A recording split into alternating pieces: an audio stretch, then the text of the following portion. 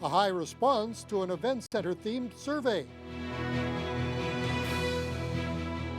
A noisy demonstration today sponsored by the Council of Canadians. And the country mourns the passing of a former finance minister.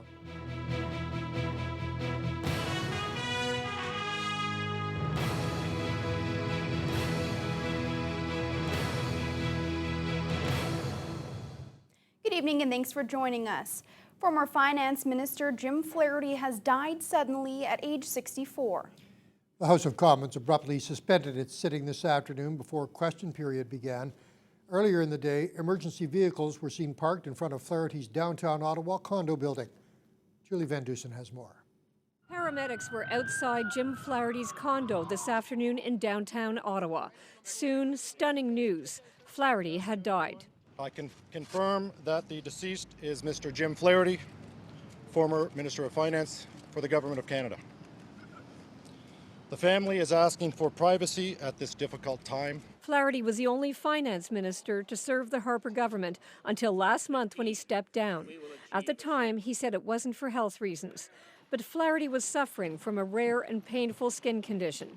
He often struggled and appeared tired. Flaherty leaves behind his wife, Christine Elliott, an Ontario MPP, and his triplet boys. The news devastated his former colleagues. The House of Commons shut down. Opposition MPs crossed the floor to give their condolences to the Conservatives. There were hugs and tears in the Commons. The Prime Minister gathered his MPs. Many were crying. This comes as an unexpected and a terrible shock to Jim's family, to our caucus, and to Lorraine and me. NDP leader Tom Mulcair could barely keep his composure. Catherine and I want to express to Christine Elliott our profound sadness at the departure of our friend Jim Flaherty. All his colleagues here in the House of Commons share in that loss. He's a good person. I had a chance to know him before being in federal politics, and he's a strong, tough character. He's always been very devoted. To Christine Elliott, his wife, and their 3 sons, our sincere condolences. Flaherty was first elected in 2006 and was responsible for shepherding the country through the worst recession since the Great Depression, launching an infrastructure program called the Economic Action Plan that became the government's key policy trademark. Though the program's stimulus spending ballooned the deficit to more than $50 billion, that had all but disappeared by the time Flaherty tabled his last budget on February 11th. Flaherty's wife issued a statement asking for privacy, saying she and the couple's boys appreciate that he was so well supported in his public life, both in Canada and internationally. Julie Van Dusen, CBC News, Ottawa.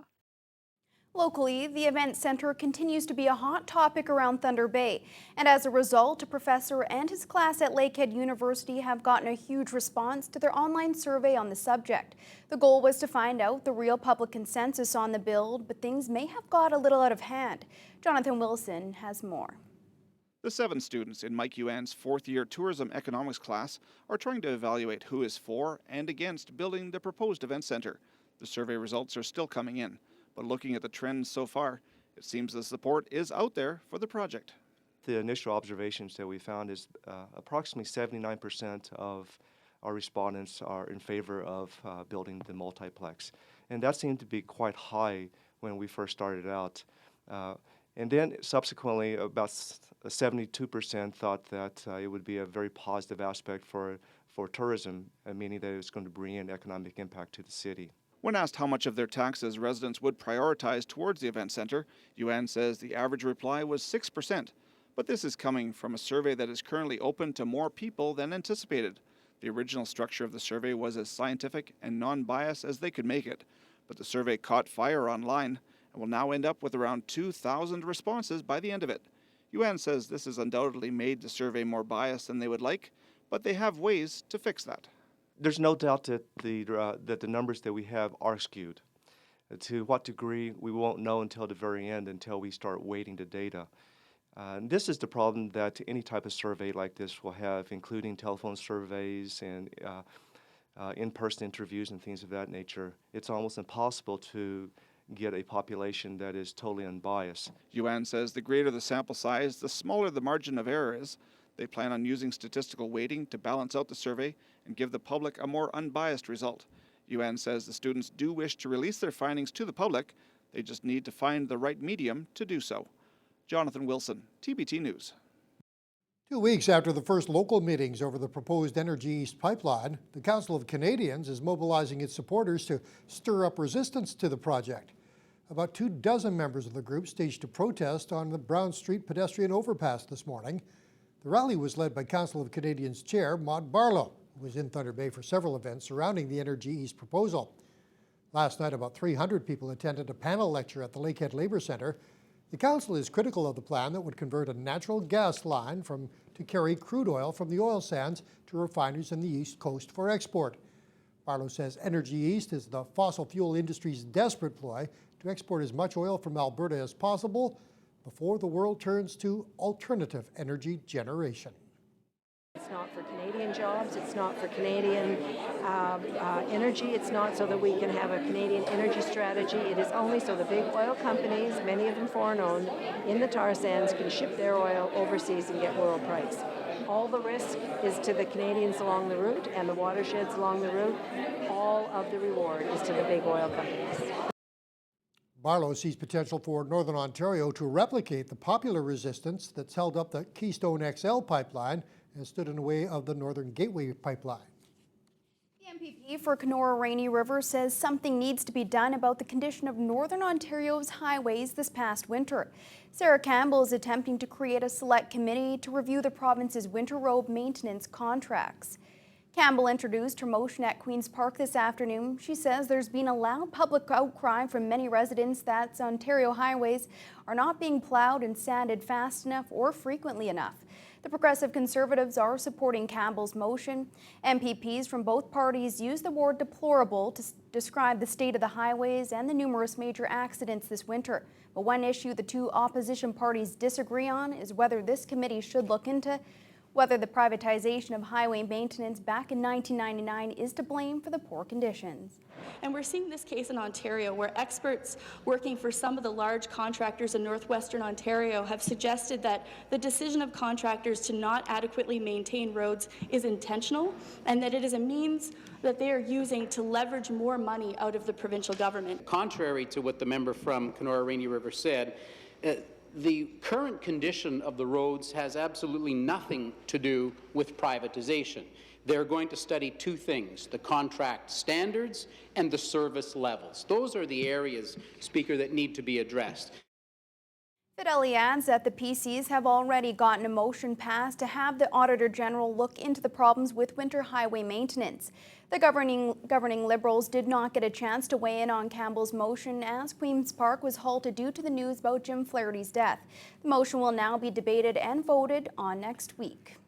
People in Thunder Bay have been rejoicing over the arrival of spring, but with the thaw comes pothole season. Now, crews from the city are diligently working to fix them. That's not enough for some Thunder Bay drivers. Mike Albanese reports. They need to be fixed, but the road needs to be done properly from the beginning, and maybe we wouldn't have such a bad situation. As you could have guessed, some people are a little sour about the huge potholes that Thunder Bay has been experiencing.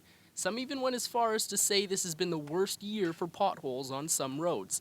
I mean, it depends on the street you're on, but I've definitely hit a couple of doozies. I just bought a brand new car, and it's kind of an unpleasant shock when you hit a pothole that's deep enough to, like bury an animal in. Well, when you're riding down the road there and there's a pothole in front of you and the car beside you, boom, you have two options. Either hit the pothole or hit the ground. All I can say is thank heavens I got a big, heavy vehicle because how many cars? They're damaged beyond anything because of the potholes. This winter was rough and long, and it did take a toll on the roads. But according to City Roads Manager Brad Adams, this year is no different than the one prior. Potholes are bound to happen living in the weather-worn northwestern Ontario. That's just science. During the days, the temperatures get mild enough so we get some melt, and the water gets on the road and eventually gets into the cracks of the asphalt. And then overnight, the temperature drops, it freezes, and as the water freezes, it expands, causing the asphalt to lift up. And then subsequently, traffic driving over that, as the temperatures warm up, there's a void, and it causes the asphalt to break. So this repeat process keeps going on, and you end up with the larger, deeper holes. Adams added that patch jobs on the roads sometimes need second and third repairs because the traffic and weather never takes a break. Not everyone is up in arms over the potholes. Some understand it's a hard job, and they see the road crews working at fixing them. That doesn't mean they can't display some concern about the infamous hazards. Well, nobody likes potholes. At least I don't think anybody likes potholes. They should fill them. I know they're trying. I've seen the crews out working, so they're doing their due diligence to get them filled and make everybody happy. The city wants your help locating potholes around Thunder Bay. You can call 625-2195 or go to thunderbay.ca/potholes to get a pothole like this one filled in near you. Mike Albanese, TBT News. An ongoing investigation by Thunder Bay Police into child pornography activity has resulted in another arrest. The latest comes following the search of a Bernard Street home last week that resulted in a seizure of a computer. Flash drives and DVDs, that's resulted in charges of possession of child pornography against 41-year-old Jason Repay. Repay is scheduled to appear in court May 9th. The CBC has announced it will cut more than 650 jobs and slash $130 million from its budget.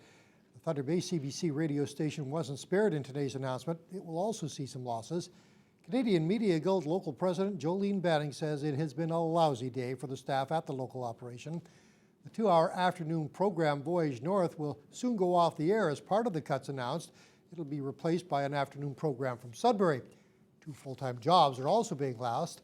Banning says the cuts make it feel like the region is losing a voice.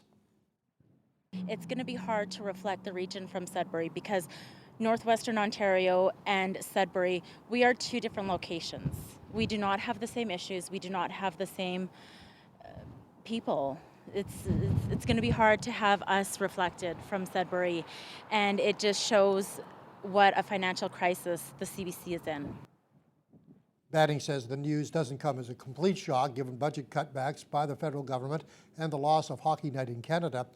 Currently, CBC Thunder Bay has 13 full-time employees and 2 part-time staff. We will have more on the cuts announced by the public broadcaster a little later on in the program. Big changes are on the horizon in the way Thunder Bay handles waste and recycling. City Council has endorsed the new solid waste management strategy. It's a $10 million plan that includes half a dozen new jobs, and it could add years to the life of the city landfill. The first phase of the strategy will focus on increasing waste reduction. It includes a ban on cardboard at the landfill and enhanced recycling of plastics. If implemented, administration believes the first phase could extend the life of the landfill by 6 years. I think in the long run we will save some dollars, and that we will be able to look back and at this point in our history and say we actually are going to make a change in how we recycle. We can double our diversion and increase the longevity of our landfill. I think we need to do this, and the community is thirsting for it. The strategy has been approved in principle. Funding requests for the plan will come during budgets over the next 20 years. If both phases are implemented, the current landfill would not reach capacity until 2045. The rural municipality of Conmee has a new member of council. Kathy Woodbeck has been chosen to fill a vacancy left by the passing of longtime councillor Robert Ridholm in February. Woodbeck is a Conmee resident and is also executive director of the Thunder Bay Multicultural Association. Conmee Mayor Kevin Holland says they had 3 people express interest in the position. Woodbeck was chosen based on her resume. She was sworn in on Tuesday. Ontario women who were struggling to get pregnant could be getting some financial help from the province. The Liberal government says it will help would-be parents pay for 1 cycle of in vitro fertilization starting early next year. Health Minister Deb Matthews wouldn't say exactly how much the IVF costs will be covered, but estimates the province will spend about $50 million a year on the program when it's fully implemented. The Lakehead Public School Board is playing host to a conference on Native language and education in this region. The 2-day gathering aims to improve student success with a large focus on teaching Aboriginal language to students. Phil Darlington has more. The conference is being funded by the Ministry of Education, and the goal is to give teachers the tools to not only improve student success, but to get younger Aboriginal students interested in learning and speaking the native languages. We're looking at a phase of revitalization for our languages, and we know that it's going to take work. but it's something that was taken away from us, from our children, and it's important that we find ways to give it back. Patricia Nguyen Nadeau is a language teacher at the University of Manitoba. She's conducting one of the workshops for the teachers attending the conference. While she knows the importance of learning the grammar of a language, she also understands the importance of making language usable and fun. When I teach at language camps or for the community, it's a more conversational approach. For the Native communities, their language is a direct tie to their culture, and it's important to keep both alive with the next generation. They can identify as a Native person, a member of their community. They can go back and understand what the people are saying. I know that they need to feel connected to themselves. They need to know who they are, that they need to be connected to their school community, the larger community, and the world. This is one piece of it. Language is very important to First Nation people. It's a part of who we are. It's not separate from anything. It's the structure of our belief system. Guillette says Northwestern Ontario and the Lakehead School Board are working very hard to make the environments welcoming, working with communities, and on revitalization of languages. Phil Darlington, TBT News. Thunder Bay District Humane Society is reminding the public about the fees involved for people dropping off litters of puppies and kittens. This comes after a recent spike in drop-offs of young cats at the shelter on Roslyn Road. The fee is $75 per animal to cover all of the Humane Society's expenses in getting the pets ready for adoption. Executive Director Melanie Blanchette also wants the public to know that illegal drop-offs done in the middle of the night will be spotted and recorded with their surveillance cameras. The shelter is now struggling to find homes for many cats and dogs as they recently hit full capacity. Blanchette says they're dealing with entire litters being dropped off and they don't have the resources to handle these large numbers. That means that we have cats in offices, in washrooms, in assessment rooms, and it's not a good quality of life. It does cost us a number of fees medically, so we have to microchip, vaccinate, treat ear mites, deworm, and spay or neuter. So that costs us anywhere from $500 to $600 depending on the gender of the cat. The drop-off fee will be reduced by $25 if the cat or dog is already spayed or neutered. Blanchette says their adoption fees are lower than anywhere else in the city and adds that the Humane Society operates solely on donations from the public. We want to welcome a new face to the set here on the News Hour. You're familiar with Phil Darlington, of course, from his reporting for TBT News. He's going to be joining us now on a regular basis to help out with the weather as well. We welcome you, Phil. Hope you've got a great new forecast for us for the first time out. At least over the next few days, that is correct. Moving on into the weekends, can't guarantee anything. So what we thought would happen over the next few days, or at least into today, would be a cold, brisk air coming in from Manitoba, mixed with some clouds and precipitation from northern Ontario. What actually happened was we hit a daytime high of 8 degrees and variable cloudy skies. So I don't think anyone's complaining about that. However, those brisk cold winds from the west-northwest did come in.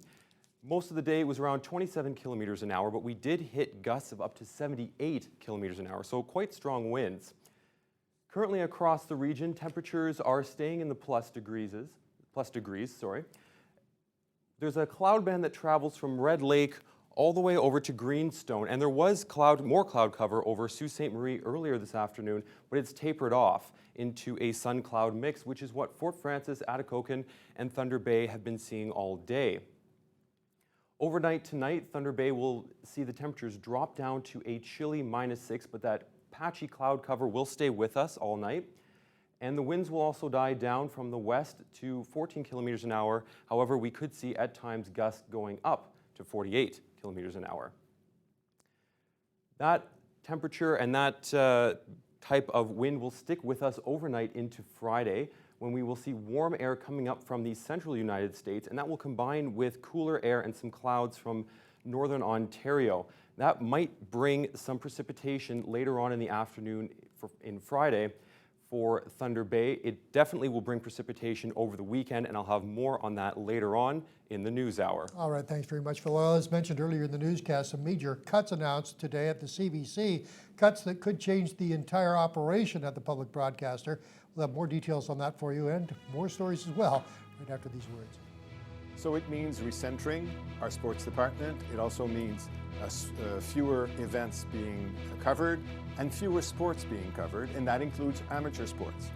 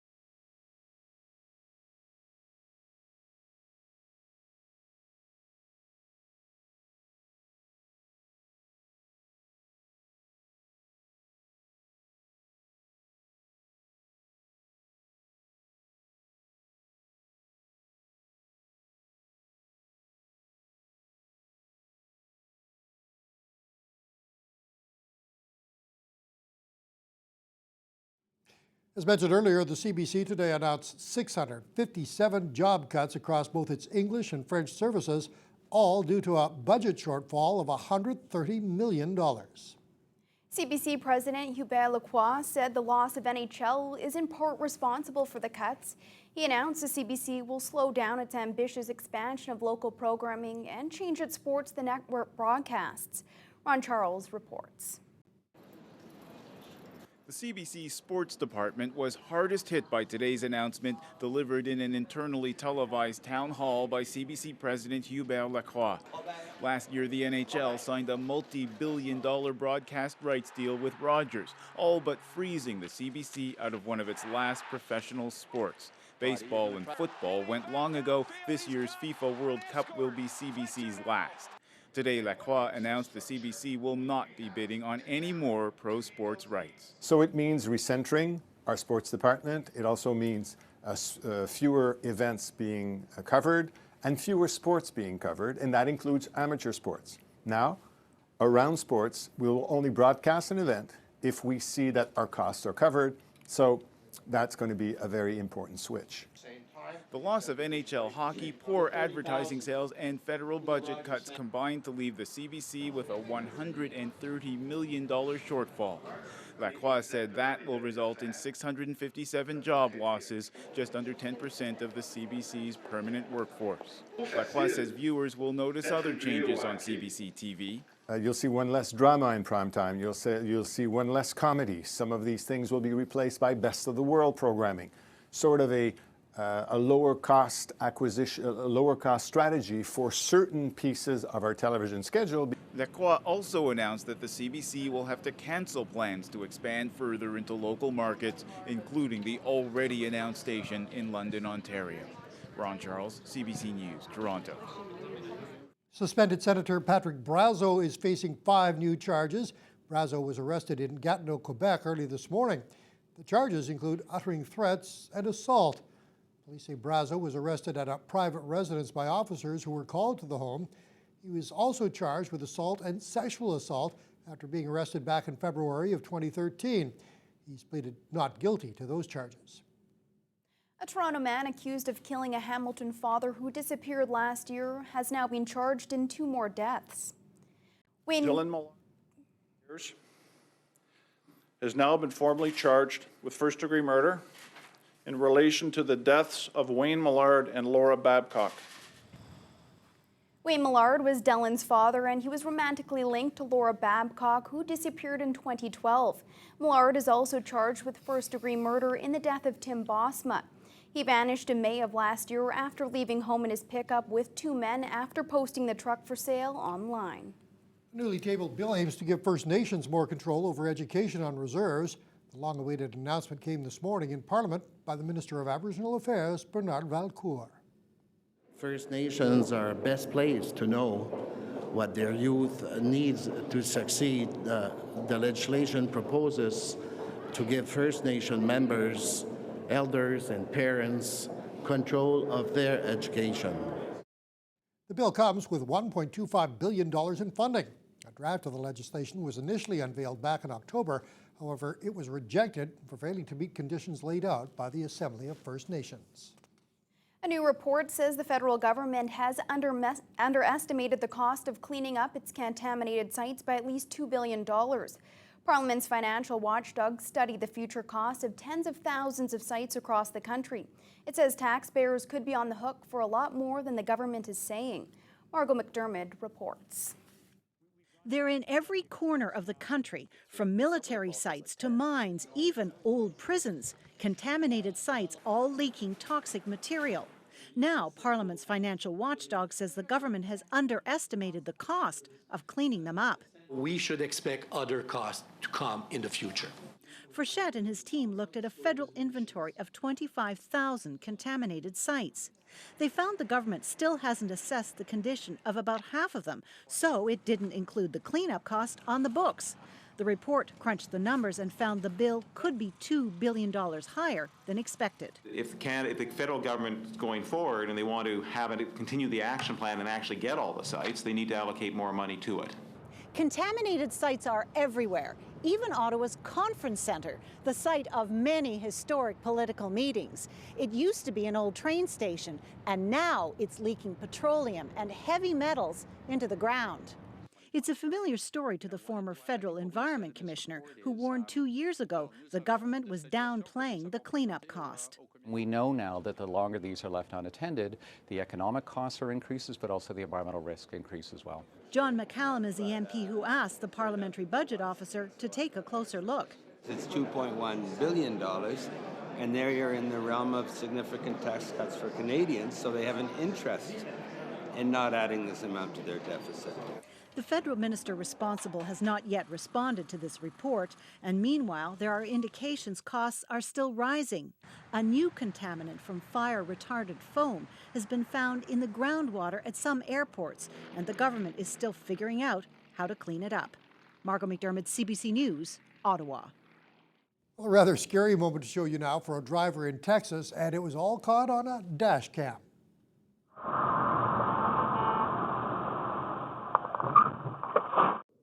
Yeah, take a look at this. A cement truck came barreling towards the car. Now, incredibly, no one was hurt. Hard to believe when you look at the aftermath. This happened yesterday in eastern Texas. The driver inside that car, well, he walked away with just a small scratch. Even his dash cam is still intact. Kind of hard to believe, isn't it? Let's take a look at what happened on the markets today where there were some other crashes. The TSX dropped almost 130 points to 14,308. The Dow plunged over 260 points to 16,170. And the NASDAQ dropped 130 points to 40.54. The Canadian dollar was down about a half cent today to 91.5 cents US. Gold up $14 to $1,320 an ounce. And oil held relatively steady at $103 a barrel.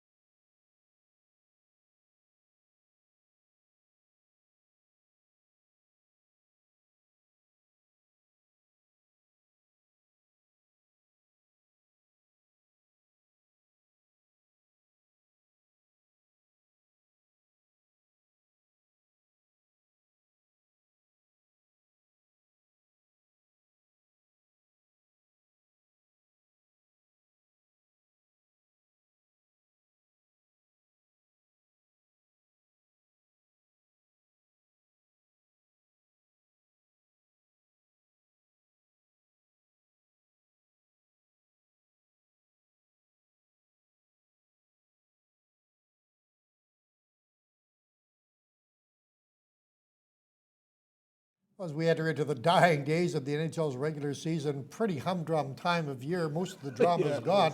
Only one playoff matchup still left to be determined. Yeah, big night for Phoenix. They're trying to track down the Dallas Stars for the 8th and final playoff spot in the West. The rest, it's all about jockeying for playoff positions. And we only have 6 days to go, and the puck drops on another pursuit of the cup. Season, yeah. Yeah. Well, 11 games in the NHL tonight with 6 of the 7 Canadian teams in action. Montreal entertains the Islanders. Ottawa hosts New Jersey. The Leafs are in Florida. Boston visits Winnipeg. Edmonton awaits LA, and Vancouver faces Colorado at home. Last night in Chicago, pick it up 1-0. Canadians. Hawks tie it when Brian Gianna can't clear.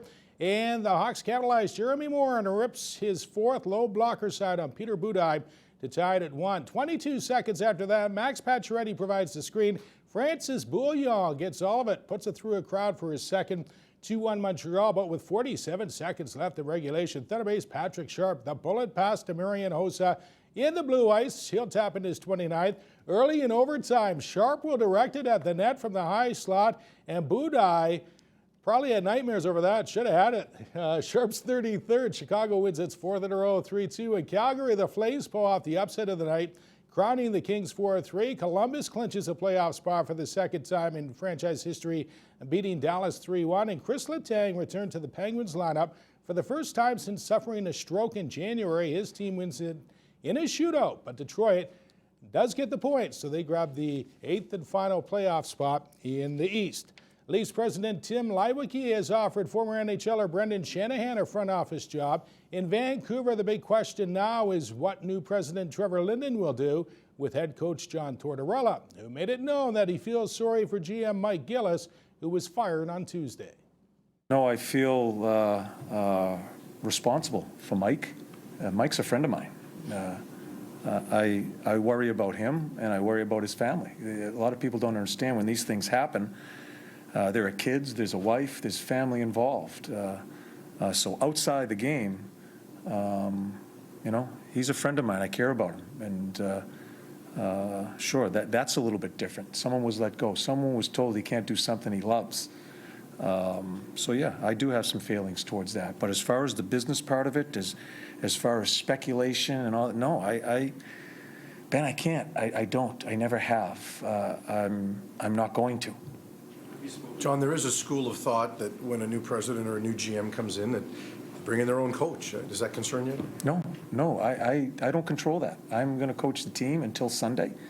And as I've said many times, I'm going to work every day until they say, you know what, we don't want you here.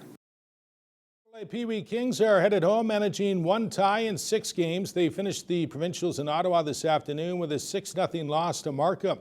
Round 1 of the Masters at Augusta. Here's the shot of the day. Ricky Fowler pitches onto the green, drops it right into the hole. He finishes his round over the 171. Former Masters champ Craig Stadler's son Kevin is off to a good start with the birdie putt here. He ends up shooting a 2-under par 70 in his opening round. Jason Day has come close to the Masters, finishing 2nd and 3rd. Early in his round, he would miss this eagle putt, settling for birdie, so he was 1 under at that point. Ireland's Rory McIlroy has a couple of major wins. He would love to add a green jacket, and he had the flat stick going with the birdie putt. He is in contention, trailing the clubhouse leader Bill Haas by 2. Also, don't discount Brant Snedeker, who had his short game in tune with the birdie putt on 15. He bears watching, opening with a 72 off the pace. As for the Canadians, Mike Weir, 1 over 73. That's a solid round.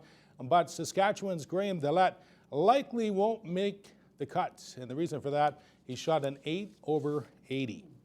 Well, with no Tiger Woods at the Masters, Australia's Adam Scott will try and become only the 4th golfer to win back-to-back green jackets. He's 1 back, by the way, after round 1. But it's a top-notch field, and the first major of the year is known for producing great finishes. Kevin Smith has more. It was no joke on April Fool's when Tiger Woods announced he would miss his first Masters. The 4-time green jacket winner recovering from back surgery. There's no doubt it's a different feel at this year's tournament with Tiger off the grounds. He's been such a mainstay in professional golf and the majors, and it's awkward to not have him here. And I hope he gets back soon. I mean, I hope he's back for the other majors. Phil Mickelson now becomes the most decorated Masters competitor this week. 3 green jacket wins, and it all started with his victory 10 years ago. Who can forget his famous victory leap? I just can't believe that I get to come back every year. And that win 10 years ago, it just propelled me. I mean, I knew that once I won one, I really felt confident I would win a few, but I needed to get that first one, and that was a big one. It's been 9 years since Tiger Woods was the focal point of any major Sunday drama back in 2005, the last of his 4 victories.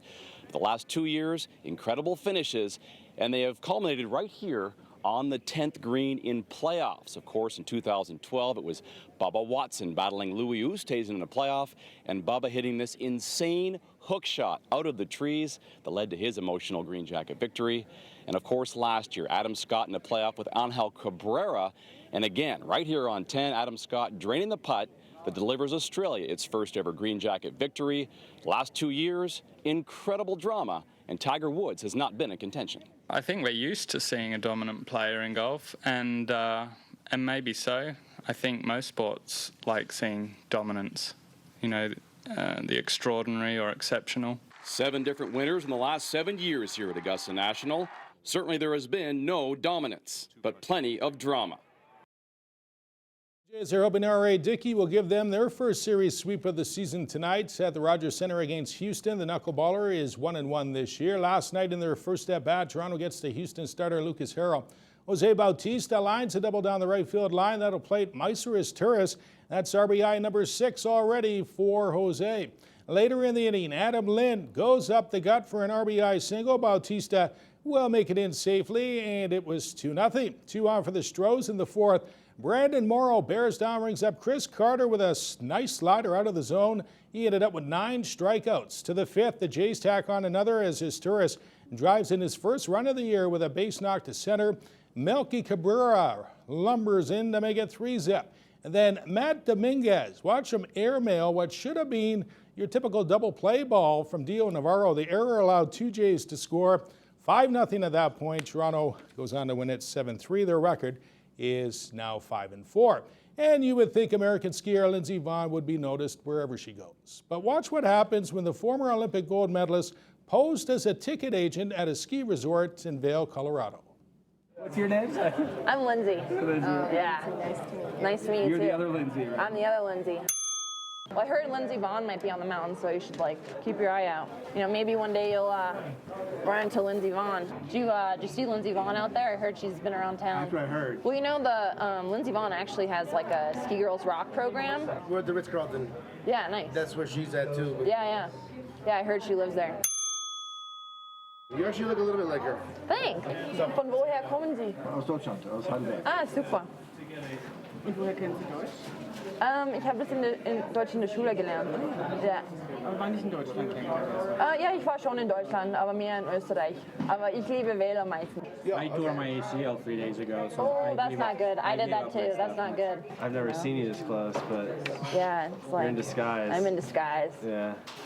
Yeah. No, actually, I see you this close every day. I have a big, the big blow-up poster of you on the wall. Oh yeah, you're super creepy. I totally dream about you at night. Nice, that's super creepy. Olympic gold medalist Lindsey Vonn. Yeah, really? Yeah. Seriously?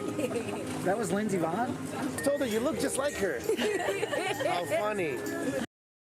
And the Toronto Raptors made it 4 straight wins last night, and beating Philadelphia 125-114. Center Jonas Valanciunas with a career-high 26 points for the Raps, who improved to 46-32. That's tops in the Atlantic Division. Here's hoping they win at least one round of the playoffs. It'll be interesting. They got some tough matchups looking at the early look at the board, the way it comes down, but you keep your fingers crossed. They've been playing well, looking for their best season ever if they can pull out 2 more wins before the end of the year. Yeah, it should happen. Let's hope so. All right, thanks very much, Randy. Well, also looking at our schedule here at Thunder Bay Television tonight, we've got some history, some comedy, some drama, a little something for everyone. With the complete rundown, here's tonight's edition of Teletalk. Tonight on Global Thunder Bay, starting at 8, it's Growing Up Fisher, and Katie's new license makes her Mel's new driver. At 8:30 on The Millers, Nathan thinks that Tom's new young girlfriend is trying to scam him. At 9 in Parenthood, Crosby reaches out to Joel for help, and Julia has trouble talking to Sarah. And at 10 on Elementary, Sherlock must find a lethal toxin after a pickpocket dies from anthrax. Over on CKPR Thunder Bay at 8, The Nature of Things reveals the documentary process. At 9 p.m., modern technology solves the century-old mystery of the bell of Batoche. And at 11:35, George talks with Juno-winning sisters Tegan and Sarah. Teletalk is brought to you by Points, the traffic ticket specialists.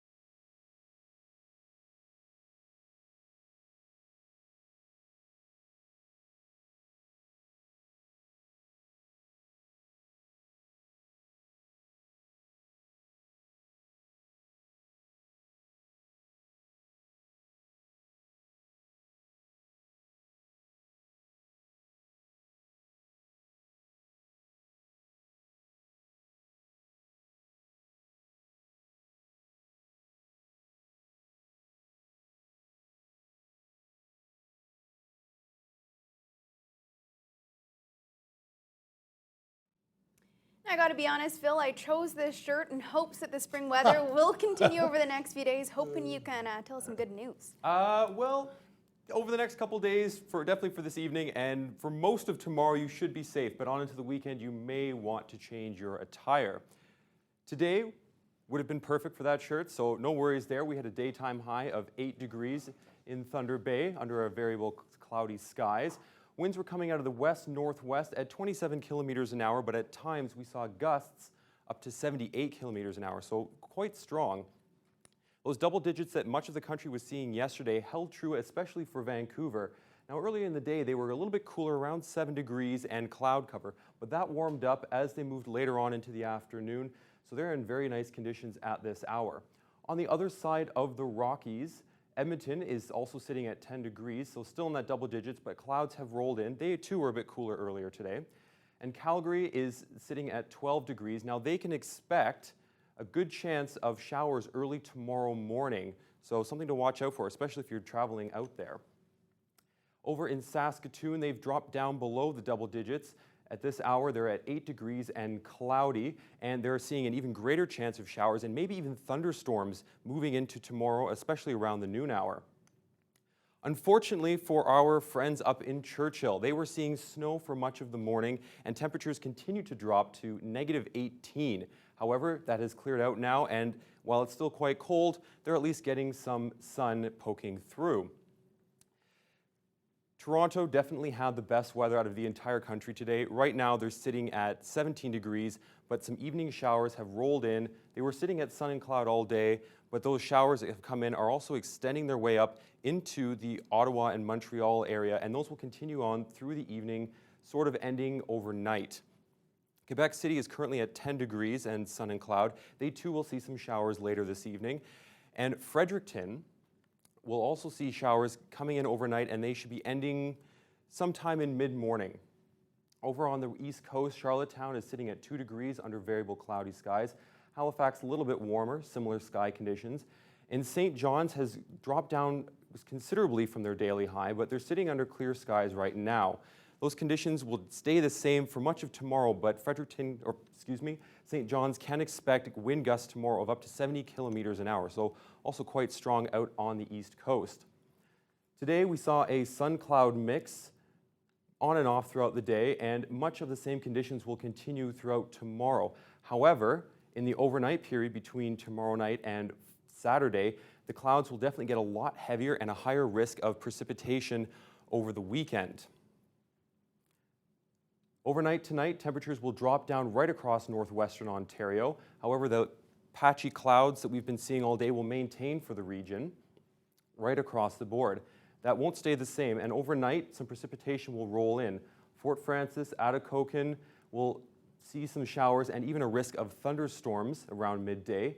Pickle Lake will see some flurries early morning, but those should taper off around noon hour as sun pokes its way through. And Greenstone will see some showers roll in as the day progresses tomorrow. Currently, Thunder Bay is sitting at 7 degrees, a little bit cooler than our daily high under those partly cloudy skies, and winds have tapered up ever so slightly out of the west, now gusting only to 61 kilometers an hour. So still quite strong, but a little bit calmer. Those winds will continue to die out as we move on into the overnight hours, only gusting up to 48 kilometers an hour, but the temperatures will continue to drop down to -6. Tomorrow morning, the temperatures will start to rise as you're getting up having breakfast to 0 degrees, and the partially cloudy skies will maintain for much of the day. I'll get out of your way here so we can take a look at what's going to happen over the next few days. Friday, the temperatures are expected to hit up near the 9-degree mark, and on Saturday, we can expect to see some precipitation in the form of snow. And that's all for your forecast.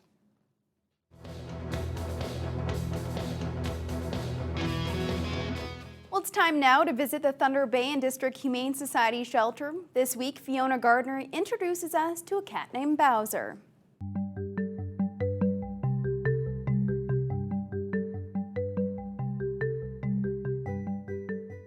Hi, this week's Humane Society Pet of the Week is Bowser here, who is a 3.5-year-old domestic shorthair who was brought into the Humane Society as a stray. So this is a guy who's used to kind of being independent and going his own way, but he would love to be a part of the family.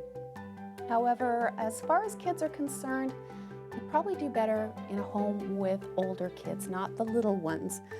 But he is a lot of fun. He is very playful, kind of shy sometimes, and a real character to add to your family tree. So if you would like to meet a fun guy, come meet Bowser at the Humane Society today. Your Pet of the Week has been brought to you by Thunder Pet. Expert advice and high-quality pet food within your budget. Well, the world of martial arts, as everybody knows, can be very tough and competitive. When we return, we're going to show you the most non-competitive match you've ever seen. That's right after these words.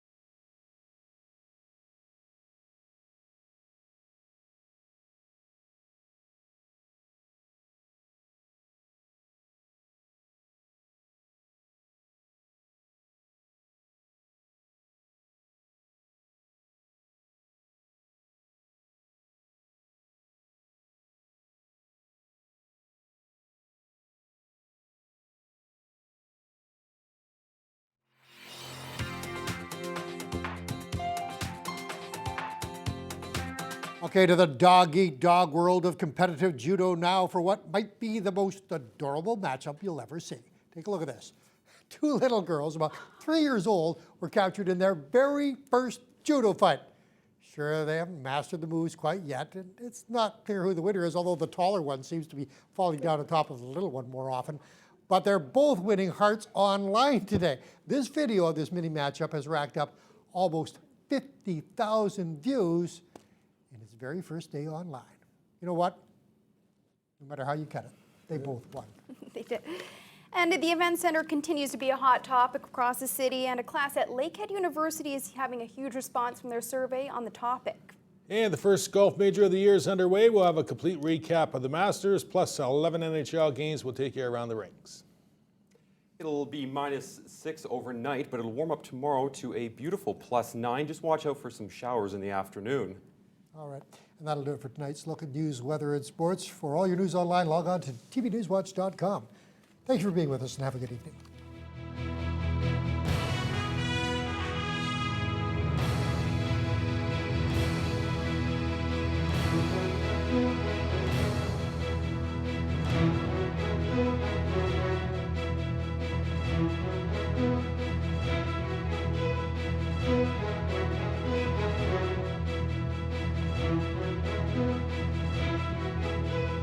Thank you.